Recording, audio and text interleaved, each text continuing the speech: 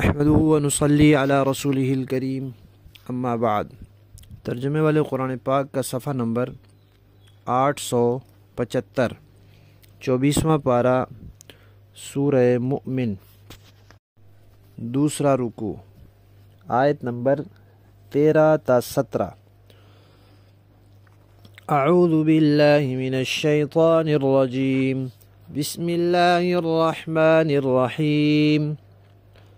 هو الذي يريكم آياته وينزل لكم من السماء رزقا وما يتذكر إلا من ينيب فادعوا الله مخلصين له الدين ولو كره الكافرون رفيع الدرجات ذو العرش يلقي الروح من أمره على من يشاء من عباده لينذر يوم التلاق يوم هم بارزون لا يخفى على الله منهم شيء لمن الملك اليوم لله الواحد القهار اليوم تجزى كل نفس بما كسبت لا ظلم اليوم ان اللہ سریع الحساب۔ صدق اللہ العظیم۔ پچھلی آیات میں بتایا تھا کہ مشرک کا مزاج ایسا ہو جاتا ہے کہ جب خالص اللہ تعالیٰ کا ذکر کیا جاتا ہے تو اس کو ناگوار گزرتا ہے، اور جب شرک کیا جاتا ہے تو اس کو وہ تسلیم کر لیتا ہے۔ اب اللہ تعالیٰ یہ فرما رہے ہیں کہ معبود صرف ایک ہے، لہذا اس کے سوا کسی کی عبادت نہ کرو، اور معبود کے ایک ہونے کی دلیل اور نشانی کائنات کا پتا پتا دے رہا ہے۔ تم اپنی روزی کو دیکھ لو کہ اللہ تعالیٰ آسمان سے پانی اتارتے ہیں، اس پانی کے ذریعے تمہاری روزی کا انتظام ہوتا ہے۔ اب یہ بہت بڑی نشانی ہے کہ تمہاری روزی، کھانا پینا، پہننا، سب کچھ استعمال کرنا، اس سارے کا انتظام کون کر رہا ہے؟ اللہ۔ اور تم عبادت کس کی کر رہے ہو؟ بتوں کی۔ سوچو تو صحیح۔ لیکن اللہ فرماتے ہیں سمجھ اسی کو آئے گا جو اللہ کی طرف رجوع کرے گا اور غور و فکر سے کام لے گا، سوچے گا۔ جب تک سوچے گا نہیں، اللہ کی طرف رجوع نہیں کرے گا تو وہ نہیں سمجھ سکتا۔ پھر فرمایا کہ اللہ تعالیٰ تمہیں اپنی نشانیاں دکھلاتے ہیں، آسمان سے تمہارے لیے روزی اتارتے ہیں، یعنی بارش اتارتے ہیں جو روزی کا سبب بنتا ہے۔ لہذا بندوں کو چاہیے کہ اللہ تعالیٰ کی طرف رجوع کریں اور اللہ کی نشانیوں میں غور کریں۔ پھر غور کرنے کا نتیجہ کیا ہونا چاہیے؟ کہ اپنے دین کو، اپنی عبادت کو خالص اللہ کے لیے کر لیں۔ جب خالص اللہ کے لیے کریں گے تو یہ بات مشرکانہ مزاج کے خلاف ہے۔ مشرک کے گلے سے توحید اترتی ہی نہیں ہے تو اس کو برا لگے گا، اس کو ناگوار ہوگا، وہ رکاوٹیں ڈالے گا، وہ ناراض ہوگا، وہ دشمنی پر اتر آئے گا۔ تو فرمایا پرواہ نہ کرو، کافروں کو ناگوار ہوتا ہے، ہوتا رہے، تم توحید پر ڈٹ جاؤ۔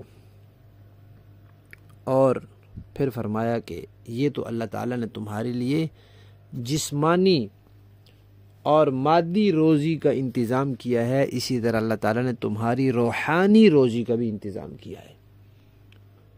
یہ روزی، اس کا بڑا سبب بارش ہے، وہ بھی اوپر سے آتی ہے، اور روحانی روزی کا سبب وحی ہے، وہ بھی اوپر سے آتی ہے۔ تو انسان چونکہ روح اور بدن دونوں کا مجموعہ ہے، دونوں کی ضروریات ہے، اور ضروریات بھی دونوں کی الگ الگ ہیں۔ بدن جو ہے وہ مٹی سے بنا ہے، تو اس کی ضروریات بذریعہ مٹی پوری ہوتی ہیں۔ بارش اترتی ہے اور مٹی میں جذب ہوتی ہے، مٹی سے چیزیں نکلتی ہیں، اسی سے کپڑے بنتے ہیں، اسی سے کھانے پینے کی چیزیں بنتی ہیں، اور خوراک کا انتظام اسی سے ہوتا ہے۔ اور وحی اللہ کا امر ہے، اوپر سے آئی ہے، تو اس کا انتظام بھی وہیں سے آتا ہے، اور اللہ تعالیٰ نبی بھیجتے ہیں اور ان کے اوپر وحی نازل کرتے ہیں۔ روح جو ہے، روح اوپر سے آئی ہے، اللہ کا امر ہے، اس کا انتظام اللہ وحی کے ذریعے کرتے ہیں، نبی بھیجتے ہیں، کتابیں بھیجتے ہیں، احکامات بھیجتے ہیں۔ تو روح کے لیے، روح کی غذا کے لیے، روح کے علاج کے لیے اللہ تعالیٰ نے آسمان سے احکامات اتارے ہیں، نبوت کا سلسلہ قائم فرمایا ہے۔ تو اللہ تعالیٰ فرماتے ہیں کہ دیکھو اللہ تعالیٰ درجات بلند کرنے والے ہیں، کہ جو اللہ تعالیٰ کے احکامات پر عمل کرتا ہے اللہ اس کے درجے بلند کر دیتے ہیں، اور جو انسان جتنا زیادہ اخلاص کے ساتھ عبادت کرتا ہے اتنا زیادہ اس کا مرتبہ بلند ہو جاتا ہے، حتیٰ کہ انبیاء کے مرتبے فرشتوں سے زیادہ ہیں، فرشتوں سے بڑھ جاتا ہے، مقرب ترین فرشتوں سے بھی انبیاء کا مرتبہ زیادہ ہے۔ تو اللہ تعالیٰ مرتبے بلند کرنے والے ہیں۔ اور پھر اس کے بعد فرمایا کہ اللہ تعالیٰ عرش والے ہیں، عرش کے مالک ہے، یعنی اس کائنات پر حکومت، قابو اور کنٹرول اللہ کا ہے، کوئی دوسرا اس کا مالک نہیں ہے، کوئی دوسرا اس میں تصرف نہیں کر سکتا، یہاں اپنی حکومت نہیں چلا سکتا، اپنی مرضی نہیں کر سکتا، اللہ کی مرضی کو ٹال نہیں سکتا، اللہ کو کسی بات پر مجبور نہیں کر سکتا، وہی مختار ہیں یہاں۔ لہذا جب مالک مختار وہ ہیں تو پھر معبود بھی صرف وہ ہیں۔ تیسری بات یہ فرمائی کہ اللہ تعالیٰ نے یہ جو روح کی غذا اور علاج کے لیے وحی کا سلسلہ قائم فرمایا ہے نبوت کے ذریعے، تو جس کو نبی بنانا ہوتا ہے اللہ خود بناتے ہیں، اس میں کسی دوسرے کا کوئی اختیار نہیں ہے، نہ کوئی مشورہ دے سکتا ہے جی کہ یا اللہ فلاں کو نبی بنا دیں، نہ اللہ تعالیٰ کو کسی کی مدد کی ضرورت ہے، نہ پوچھنے کی ضرورت ہے۔ اللہ تعالیٰ جس انسان کو دنیا کائنات کے سارے انسانوں میں سے اس مقصد کے لیے بہترین سمجھتے ہیں اس کو نبی بنا دیتے ہیں۔ اسی لیے تو نبیوں کے بارے میں ہمارا عقیدہ ہے کہ وہ گناہوں سے معصوم ہوتے ہیں، اللہ کے انتخاب ہوتے ہیں، اللہ نے ان کو لوگوں کے لیے نمونہ بنانے کے لیے منتخب کیا ہوتا ہے۔ اگر ان سے گناہ ہو جائے تو اس کا مطلب ہے کہ اللہ کے انتخاب میں غلطی ہو گئی، اللہ نے خود منتخب کیا ہوتا ہے، تو جس کو اللہ چاہتے ہیں نبی بنا دیتے ہیں، اس میں کسی انسان کا کوئی دخل نہیں۔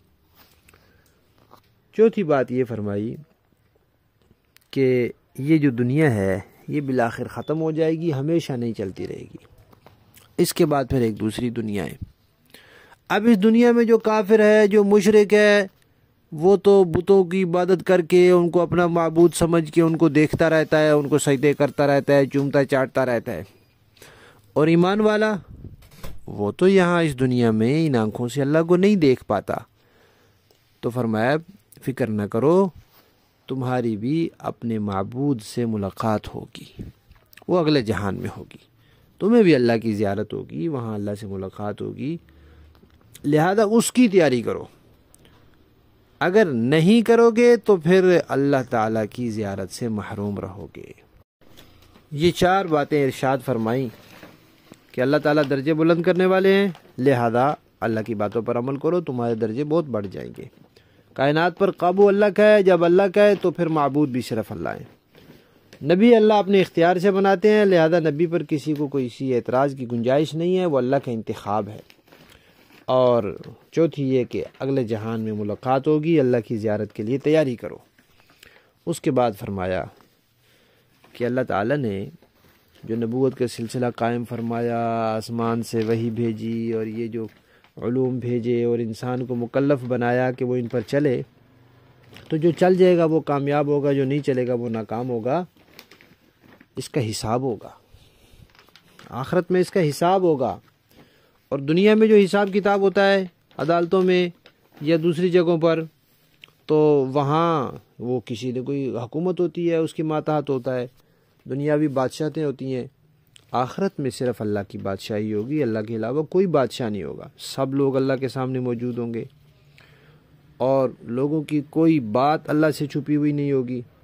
تو اللہ تعالیٰ پھر پوچھیں گے آج کس کی حکومت ہے؟ دنیا میں بادشاہ بنے ہوئے تھے تو کوئی بول ہی نہیں سکے گا، اللہ خود ہی جواب دیں گے ایک اللہ کی جو غالب ہے اس کی حکومت ہوگی۔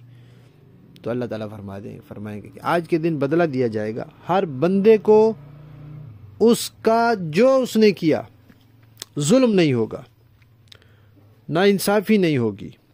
اور ساتھ فرمایا کہ اللہ تعالیٰ جلد حساب لینے والے ہیں، یہ نہ سوچو کہ بس ابھی تو بڑی دیر ہے، پتہ ہی نہیں چلے گا، وقت یوں گزر جائے گا اور حساب کی گھڑی سر پر آ جائے گی۔ لفظی معنی دیکھیے،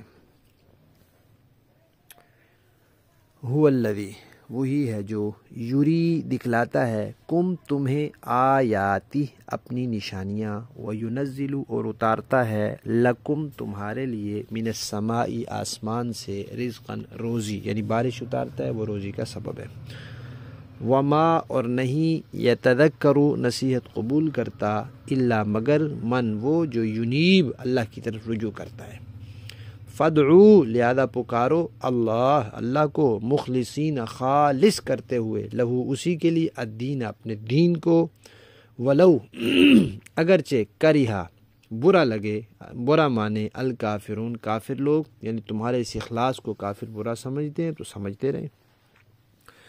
رفیع الدرجات، اللہ درجے بلند کرنے والا ہے، ذو العرش عرش والا ہے، یلقی وہ بھیجتا ہے، الروح وحی، یا روح سے مراد وحی ہے، من امرہ اپنے حکم سے، علی من یشاء جس پر چاہتا ہے، من عبادی اپنے بندوں میں سے، جس کو چاہتا ہے نبی بناتا ہے اور نبی پر ہی وحی بھیجتا ہے۔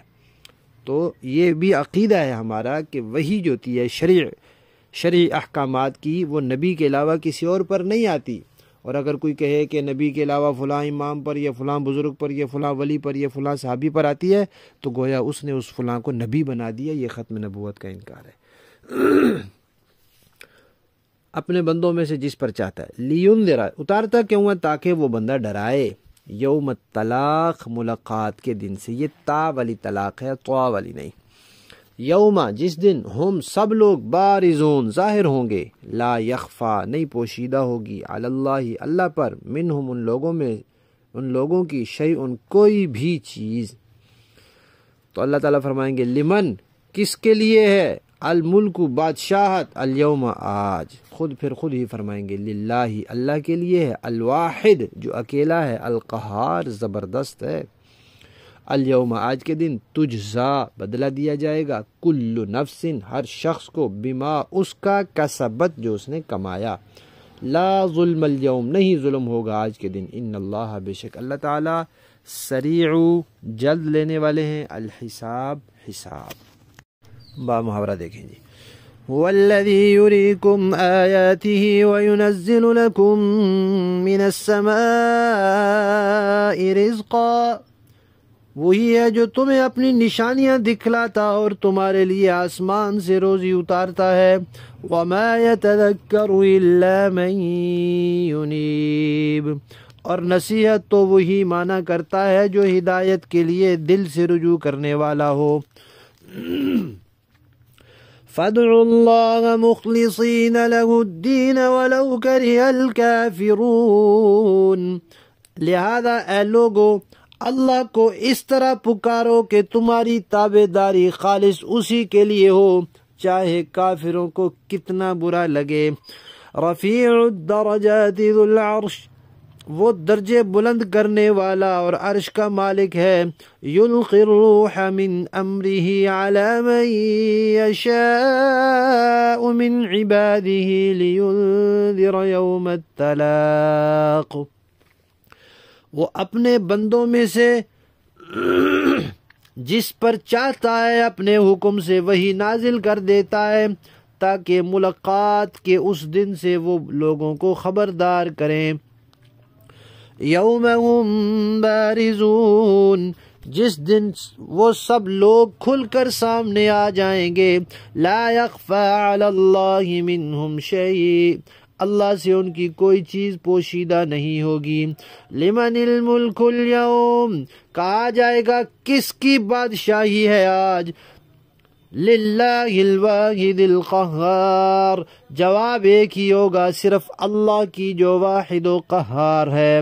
اليوم تجزا كل نفس بما كسبت لا ظلم اليوم ان اللہ سریع الحساب، آج کے دن ہر شخص کو اس کے کیے کا بدلہ دیا جائے گا، آج کوئی ظلم نہیں ہوگا، یقیناً اللہ بہت جلد حساب لینے والے ہیں۔